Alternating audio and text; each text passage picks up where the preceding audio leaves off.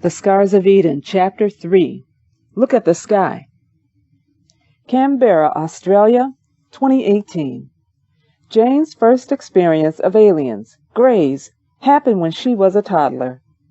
I have lived in Australia for more than 20 years, and for all that time I have been aware of Ita Boutros. She is a national icon, a celebrated journalist and editor.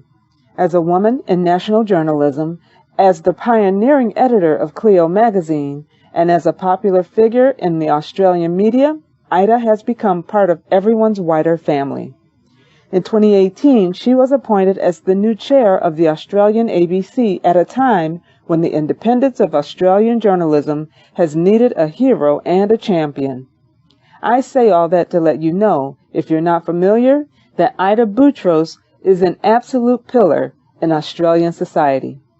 That's why my jaw drops as I hear her speak calmly, respectfully, and without judgment to a lady by the name of Jane Pooley on a topic far from Australian mainstream culture: alien abduction. Jane Pooley is a retired nurse and mother of 3 from central New South Wales. In the words of Ita Boutros, she is a mild and assuming woman. Her claim is that she is a lifelong experiencer of extraterrestrial visitations. She also claims to have been used by her visitors as part of a program of human ET hybridization and to have produced 2 hybrid children who were taken from her midterm.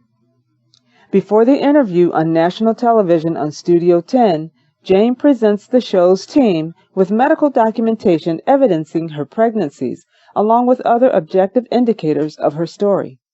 The team then invites her to take a polygraph test to be quizzed on the key elements of her story, to which Jane readily agrees. Did you meet an alien? Do you have part alien children? Have you been part of an alien breeding program? Jane underwent the polygraph test 3 times, and the result says Ita, no deception was indicated. The piece on Studio 10 presents no more than the bare bones of Jane Pooley's account. It makes no reference to the corroborating evidence that Jane has presented in terms of medical papers. Neither does it refer to the support of other eyewitnesses. No doubt it was easier to get the show's producers to agree to a "you decide" type piece than a piece that says, "the evidence clearly points to an astonishing conclusion." I can understand that. But what strikes me is that this is the first time I have seen any reference in Australian mainstream media to the kind of things I have been learning from my Ghanaian family and from the mythologies around the world concerning a widespread and ancient report of forced human hybridization with an extraterrestrial presence on Earth. To see a figure of the standing and credibility of Ita Boutros take the story on, albeit non-committedly, but calmly and with respect, is astonishing. Something in our culture is shifting. In fact, something has shifted a long way. 50 years ago, it was a different story.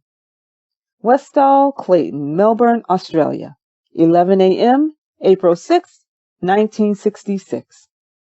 A young boy burst open the doors of the science room onto the playground. "Mr. Greenwood, Mr. Greenwood, there's things in the sky. There's flying saucers in the sky." Until now, it has been an ordinary day for the children of Westall Primary and Western High School. Now the corridors are full of children and staff racing onto the school playground. As Mr. Greenwood, the science teacher, runs out of the building, another student shouts out, "Look at the sky! Look at the sky!" Children are running, screaming, shouting, and crying. One girl even faints as 3 silver, saucer-shaped craft hover over adjacent the school. The chemistry teacher, Mrs. Sandleby, grabs her camera and starts taking photographs. After 10 minutes, one of the craft appears to put down on the Grange, a lightly wooded area immediately adjacent to the school grounds. The boys and girls charge down to the fence to catch a closer look at the flying saucer. 2 of the girls, Jackie and Tanya, jump over the fence, and Tanya runs ahead through the pine trees, hoping to touch the craft. Within seconds, Tanya reappears, running back towards the fence, screaming and hysterical. Minutes later, she has been taken to the hospital.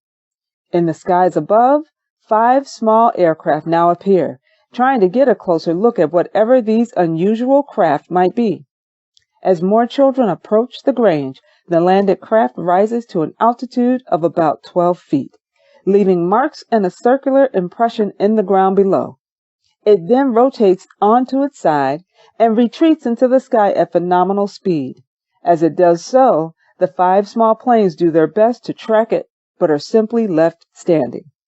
Within 30 minutes of the saucer's arrival, military jeeps arrive at the school, carrying Army personnel in fatigues. Cars and vans now converge on the schools, bringing police, a high-ranking government official, and press reporters. At the school fence, a 12-year-old student, Joy Clark, is talking to an interviewer from Channel 9, explaining what everyone has just seen. From out of nowhere, a man in a dark suit steps up to Joy and orders her to stop talking and go inside. The man then commands the film crew to stop filming. Inside the school, another man in a dark blue suit has accosted the chemistry teacher who has been taking photographs of the 3 craft. After a heated exchange, the man wrenches the camera from the teacher's hands and takes it away, never to be seen again. The same day, that very afternoon, the school children find themselves herded into a special assembly. The principal has an important announcement to make. He says, "Nothing happened this morning. Any child who claims that something did happen will be punished." The stunned children sit dutifully as the principal makes clear to the staff and students that what they all witnessed, what had sent children into a panic, what within 30 minutes had brought the police, the Air Force, and the Army out to respond, was in fact a weather balloon. Any student offering a different explanation will be put in detention.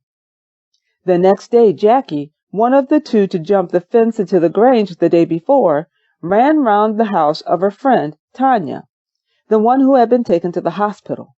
She wanted to know if Tanya was feeling better. To her utter amazement, the door of her friend's house was opened by a stern Englishwoman. Tanya's parents spoke Yugoslavian. The woman insisted, "Your friend Tanya doesn't live here and has never lived here." Jackie never saw her friend Tanya again.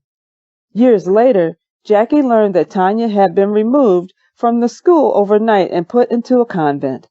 More than 100 students have been willing to speak publicly about what happened, but to this day, Jackie's friend will not speak of the incident nor the part of her life which followed. This is the Westall incident. It is the biggest mass sighting of UFOs in Australian history. More than 200 students witnessed it, along with teaching staff, local workers, and residents. Army, Air Force, police, and press all responded to the incident, and yet to this day, the official government report is that nothing happened. There was no incident.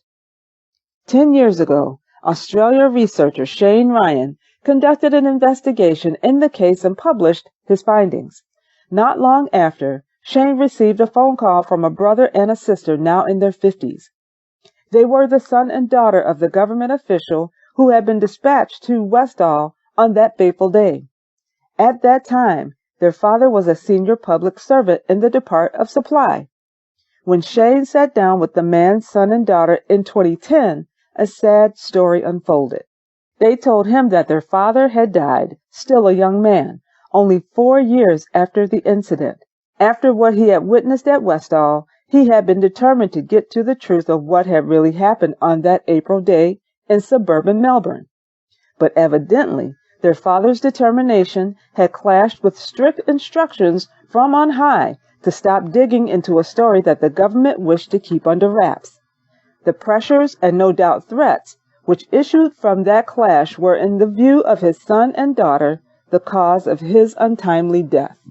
Shane Ryan then took a trip to the Channel 9 archive to take a look at their film reportage of the incident, including the interview footage which had got 2 students into detention all those years ago.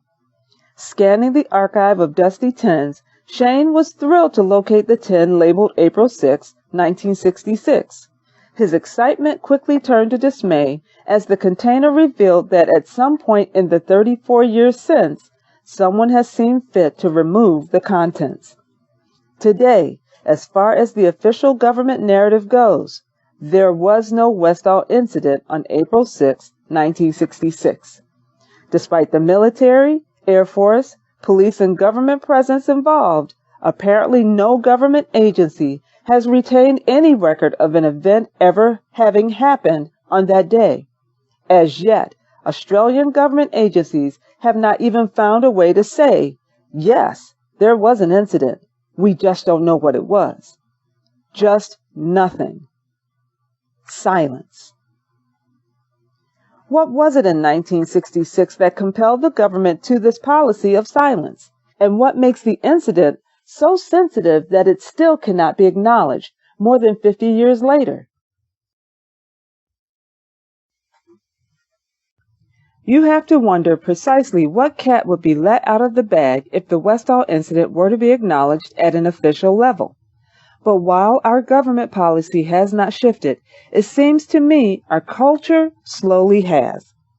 The children of Westall, silenced and threatened in 1966, are now allowed to speak openly, and even go on national television to testify to the biggest UFO mass sighting in Australian history, and to do so without consequence. The Westall incident powerfully illustrates why the mythologies and indigenous narratives of the world are so valuable. It is in these unofficial stories, in our folk memory, that our cultures carry the memory of moments and events unacknowledged by our political authorities. Seeing and hearing the witnesses of Westall speaking freely in the 21st century encourages me to believe that our culture may finally be a degree more ready to listen than it was in the previous generation. Yet, even with more people willing to listen, the fear of ridicule remains a powerful lid on our sharing of memory to this day. Some of those who have contacted me with their own stories of strange encounters have taken more than 50 years to reach out to anyone other than their spouse to tell of their experience. A great many have kept silent by the fear of ridicule. Of all the experiencers I have spoken with, among those most powerfully affected was an Argentinian gaucho, a farmer whose life was changed at the age of 12 by a phenomenon he could not explain. Acevedo, Pergamino, Argentina, 1978. Juan Perez is out on his horse, checking on the herd. For Juan, this is a familiar part of his duties on the farm. But today, he will encounter something unknown. The encounter will change his life. He is 12 years old. The field stretches ahead of him towards the horizon, which today, as never before, is hidden behind a dense cloud, which slowly advances towards him. As Juan enters the fog, the contours of something unfamiliar begin to take shape. What is it? Is it some kind of vehicle? Some kind of worker's hut? Unafraid, Juan examines the unfamiliar structure. He tethers his horse to it, and quietly, inquisitively, he climbs up a kind of ladder to peer inside an open door. What he sees are two figures working inside. One is taller, one is shorter. There is something almost robotic about both figures. The taller figure then turns and approaches Juan. It is not human. That day, Juan is one of 3 local witnesses who, in that small Argentinian district, report a close encounter with what appears to be an ET craft. The other 2 witnesses have merely seen a craft and managed to escape its attentions. Juan's encounter, on the other hand, will change his life forever. My first image of Juan was in footage of him as a young man of 18. As the guest of a UFO Congress in Argentina, he had been given the opportunity to share his story in front of a small, friendly audience. Sitting behind the microphone, he gave the appearance of an intelligent, confident young man. His first few words indicated a grounded and eloquent person. Yet only a few words into his presentation, he became choked with anxiety and emotion and buried his head in his hands, mumbling, "You won't believe me." Watching the same footage in Argentina was the filmmaker Alan Stivelman. Alan's spontaneous response to this moment on film was to stand up and announce, "I have to meet that man." And meet they did. On their first meeting, Juan was still shut down, convinced that no one would believe what he recalled from 1978. In the years that followed the incident, he has isolated himself, secreting himself away on his rural farm. Juan's self-imposed exile had continued for 35 years. Gradually, Alan won Juan's confidence, and slowly Juan began to open up about what it was that happened to him all those years ago. Alan introduced Juan to an eminent researcher in physics and UFO phenomena, Jacques Vallée. He sat with Juan for sessions of hypnotherapy as psychiatrist Nestor Berlanda helped him to uncover some lost memories. He then journeyed with Juan to his ancestral home in Paraguay to learn the indigenous narratives of his ancestors. After 4 years of sharing the long journey of healing, Alan and Juan have made a beautiful film about the process. I hope I have told you just enough to whet your appetite to watch the movie Witness of Another World. Acevedo, Pergamino, Argentina, January 2020.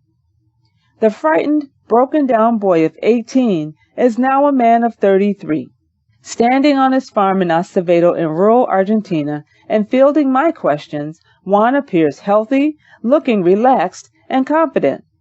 When Alan began to film Juan for the movie, he was 49. At that point, sadness and fear still filled the gaucho's face, and he spoke haltingly of his close encounter and its aftermath. Today, as we talk together, the change in Juan's demeanor is amazing and a joy to see. The film changed my life, he begins. It healed my fear. Until that moment, I had something that I could not tell anyone. I was ridiculed through my whole life. Until I turned 47 years old, I didn't know how to tell my story. Even remembering what happened to me made me afraid. It is difficult to see something unknown, and even harder to explain it. People just don't believe you. Thanks to the success of the movie, people have begun listening to me, and that has helped me to open up to talk about these things. As a teenager, Juan tried to speak of his encounter and its aftermath, but found he was made a figure of fun. That is why he chose to move further into the country to isolate himself on a farm for the next 34 years. And for all those years, PTSD continued to afflict him. I asked Juan about the psychic phenomena which followed his close encounter. Between the ages of 14 and 15, he says, I would have dreams, and those dreams would come true. But when I talked about it, people refused to believe me. I have been spat on. People have refused to acknowledge me or shake my hand. I suffered a lot of discrimination. Jacques Vallée was one of the first people to listen to my story. The work of Dr. Berlanda also helped me understand what was happening to me. Dr. Berlanda's regression work with Juan ultimately surfaced the buried memories of more than one encounter with the beings he first witnessed on that day in 1978. Even though Juan's memories did not include any kind of violence towards him, the very idea that ET beings had taken him to another place, whether physically or mentally, was a deeply disturbing realization. How? He asked. I don't understand that. Experiencing it is very traumatic. Only a person who has experienced such an abduction can really know what I'm talking about. How could they have that kind of control over us? And why did this happen to me? In addition to the memories, the strange phenomenon of precognition in dreams, and the symptoms of PTSD, Juan was left with another legacy from his encounter, a strange scar on his upper arm. 3 raised lines, each about 8 centimeters in length, where one of the beings had touched him. These phenomena at least gave Juan some reassurance that something objective had indeed happened to him.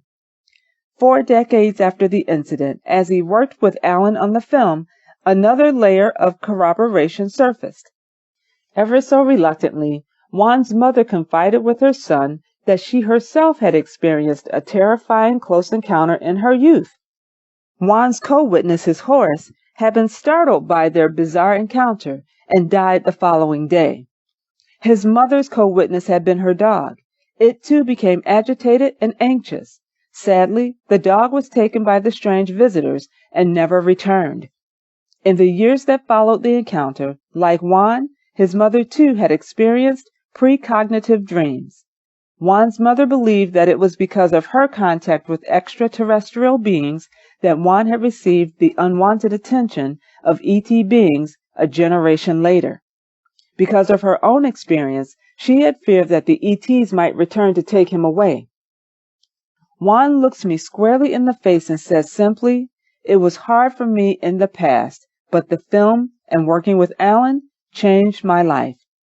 Alan, Jacques Vallée, Nestor Berlanda have dialogued with me and they believe me. I count them as great friends. So though in the past people have called me crazy, today it doesn't bother me. If people laugh at me, I send them my best wishes. I am living my life. And you can see it in his face. An amazing healing has taken place, a healing that has come through being listened to with respect and helped to interpret the layers of his experience and the implications of them.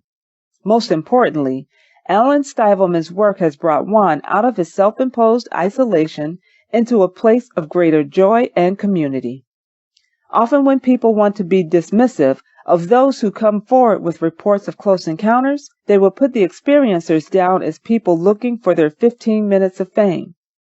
The story of Juan Perez powerfully illustrates how fallacious that idea really is. Filmmaker Alan nods as I put this point to him. "My first sight of Juan was a traumatized person," he says. Juan felt that his case was more like a curse than a gift. As you say, he wasn't looking for 15 minutes of fame. He doesn't use a cell phone. He isn't used to being on the internet. He doesn't watch movies. He is a man living a simple rural life. He is a farmer, a gaucho. When I went to Acevedo, he was working on a very big old farm, a hacienda. He was a big man, very gaucho as you can see. Alan is quite right. Juan is a very big man physically, and notwithstanding his warmth and gentle manner as we talk together, he cuts an imposing figure. Juan was trying to explain to me what he saw, what he experienced. I remembered that I was filming, recording all the things he was telling me, but then he started to weep. It was not possible to go on filming, so I stopped the camera and I just started to listen. This I can relate to.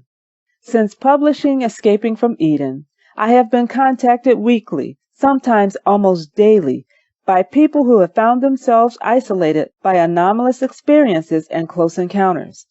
Many tell me of the pain of that isolation and the difficulty of coming to terms with experiences that have broken open their old beliefs and world views. Some have found themselves ostracized from their families because their families have been unable to process whatever the experience has been. More than once, grown men have wept on the phone as they have shared a story they have kept bottled up for years. People contact me in this way because after all their silence, they need someone to do for them what Alan did for Juan, and simply listen. By now, I have lost count of the number of people, men in particular, who have reached out to me with stories of close encounters, which they have kept to themselves for decades. When they share their story with me, they will often tell me, "I have told my wife, and I have talked with the person who was with me during the encounter. Beyond that, I haven't told another living, breathing soul in the 50 years since." Our culture is so ready to ridicule and abuse people whose stories don't fit that a great many experiencers choose never to mention what happened to them. For people of faith, the mores and beliefs of churches and other faith communities can bring additional pressures. Through my experience in Christian ministry as a theological educator and church doctor, I got to see how Christian faith communities have a way of making it known to their members that their paranormal experiences will be entertained just as long as they can be presented as stories of God, the devil, angels, demons, humans, animal, vegetable, or mineral. But if you can't tell your story that way, then don't tell it. When people call me, it's because they need to tell someone. Because after years of not talking about it, they still need to process what happened to them. The rate at which this is happening makes me wonder how much more we would hear from our families, friends, neighbors, and colleagues if it were not for the ridicule factor. Absent of that threat, I am beginning to wonder if there would be a family or friendship circle anywhere that did not have at least one experiencer or contactee in its number. The story of Juan Perez illustrates just how isolating it can be to experience phenomena which offend the general world view. It takes unusual courage, for instance, for an Australian like Jane Pooley to submit herself to public scrutiny on national television simply for the sake of acknowledging her experience. When Ida Boutros asked Jane to explain why she had left it so long before coming forward with her story, Jane said that she had chosen to keep the matter private until after her children had become adults and were more ready to cope with their mother sharing a story that most members of the public would consider ludicrous. Even for the most courageous among us, the expectation of ridicule is a powerful deterrent. Back in 1966, the children who witnessed the Westall incident were threatened in order to keep them silent as to what they had seen. 50 years later, the fear of ridicule is probably the reason that at least half of the 200 students concerned are still unwilling to speak about an incident that is in the public domain, even if still unacknowledged by government. Ridicule, scoffing, and shaming keep a tight lid on contemporary stories of close encounters and abductions. Such topics seldom find their way into mainstream conversation or mainstream media, other than for some light humor. However, our contemporary Moors have played no role in shaping the content of our world mythologies and ancestral narratives. These remain from times long ago, and they tell a different story. By the time I heard Jane Pooley in conversation with Ida Boutros, I had already made my own mythological journey around the world, from Kenya to the southernmost tip of South Africa, all up the western seaboard of the continent of Africa into Haiti, Cuba, the Caribbean, and as far east as the Philippines. This voyage of discovery has acquainted me with the narrative tradition that occupies a long-standing place in our cultural memory. In that way, I can say that generations of ancestors prepared me for a story like Jane Pooley's. As I listen to her testimony, I wonder how far our culture has really shifted in terms of being able to lift the lid on contemporary reports of abduction phenomena. How close is Western culture today to being able to listen without prejudice? And what might we remember as a society if we can muster the courage to lift that lid and permit others to speak? 30 years ago, Australia's television news magazine, 60 Minutes, took up the question of close encounters and abduction reports, specifically among U.S. defense personnel. To investigate the matter, the show dispatched its award-winning reporter, Richard Carlton, to interview Professor John Mack. John Mack was the head of Harvard's Department of Clinical Psychology and a winner of the prestigious Pulitzer Prize for Literature. He had recently completed a research project commissioned by U.S. Defense. His brief was to investigate cases of Naval and Air Force personnel who had filed written reports of close encounters with ETs or ET craft, including reports of abduction. As a professor of psychiatry, he brought truly world-class expertise to the task of interviewing the experiencers and assessing their psychology and reliability. Essentially, the U.S. defense chiefs wanted to know, are these guys sane? And are they safe to fly? Professor Mack began interviewing more than 40 defense personnel before widening his study sample to include civil aviation personnel who had brought similar reports. The conclusions that Professor Mack returned to U.S. Defense were that those he had interviewed were rational and showed no evidence of psychosis. Furthermore, his interview technique had been able to evidence secondary details from his subjects, which repeated from case to case, thus providing a strong evidential basis for the reliability of their descriptions. In his report for U.S. Defense, Professor Mack's recommendation was that whatever it was his subjects were encountering, it was certainly an objective reality which merited further investigation. Unfortunately, this was a conclusion that neither the Department of Defense nor Harvard wished to accept. Indeed, the report's findings were so embarrassing to both that the professor soon learned that the board at Harvard was agitating to remove him from his tenure. A committee was established, which proceeded on a 14-month review of Professor Mack's methods. As news of the inquiry leaked out, piles of letters from other respected psychologists, psychiatrists, and academics began mounting in the board's mailbox in support of Professor Mack. Even with such stalwart supporters, John Mack's position was under considerable pressure. Ultimately, it was the phenomenal clarity and clout of constitutional lawyer and civil rights attorney Danny Sheehan that won the day and ensured that Harvard maintained the professor's rightful position on the faculty. Once Daniel Sheehan was on the scene, the board rapidly backed down and issued a statement reaffirming Dr. Mack's academic freedom to study what he wishes and to state his opinions without impediment. The statement concluded with the words, Dr. Mack remains a member in good standing of the Harvard Faculty of Medicine. So, to put it mildly, the research brief from the Department of Defense had proven itself to be a poisoned chalice. Nevertheless, Professor Mack, with amazing equanimity, was able to maintain his calm and boldly go where the data led him. Speaking to the 60 Minutes reporter about his research, Professor Mack said, After I had worked with 40 to 50 of these individuals, I discovered to my amazement that there simply was no psychiatric explanation to this, that something real had happened to them. What has happened to these people is what they say has happened to them, even though I fully recognize that that's not possible in the worldview in which they and I were raised. There is something profoundly important here that is authentic and real. Either we shrink the phenomenon, or we're going to have to stretch our notions of the possible.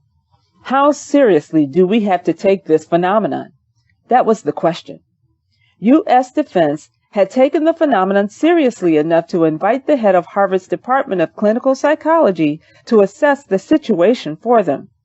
Professor Mack, in turn, had taken the phenomenon seriously enough to undertake the research, widen his research base, and then publish his findings, knowing it would cost him personally to do so.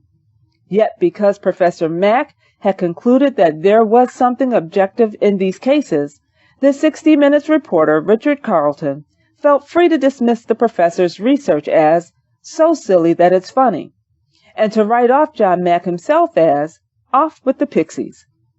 The 40 to 50 personnel who had been the subject of Professor Mack's case studies were, in the words of Richard Carlton, probably crazy, off the planet, out of their tree.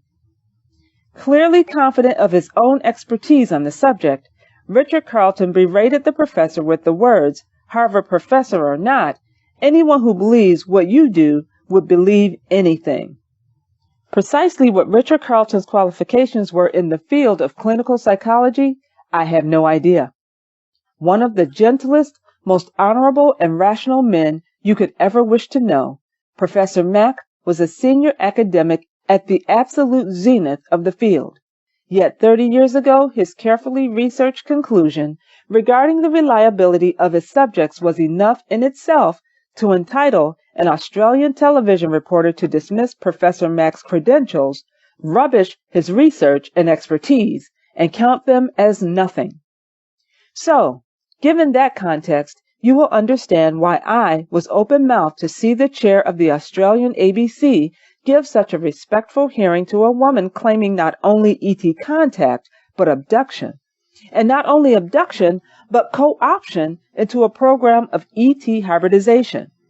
It was not the only indication I had picked up by 2018 that our culture might be shifting to a place where we may be more ready to stretch our idea of the possible. In the past, when individuals such as Jane Pooley have reported ET contact, the mainstream response has been to dismiss and ridicule. When whole crowds have experienced what appears to be ET contact, such as the hundreds at Westall, the official response has been silence. When credible academic voices such as John Max have endorsed the testimonies of others, we have still felt free to deflect with an insult. But now, in the space of 12 months, 2 U.S. government departments have come forward to the press to acknowledge publicly their work of engaging with ET technology. Might this be an appropriate moment for us to sit up and listen? And that is the end of Chapter 3. Peace and blessings to you all.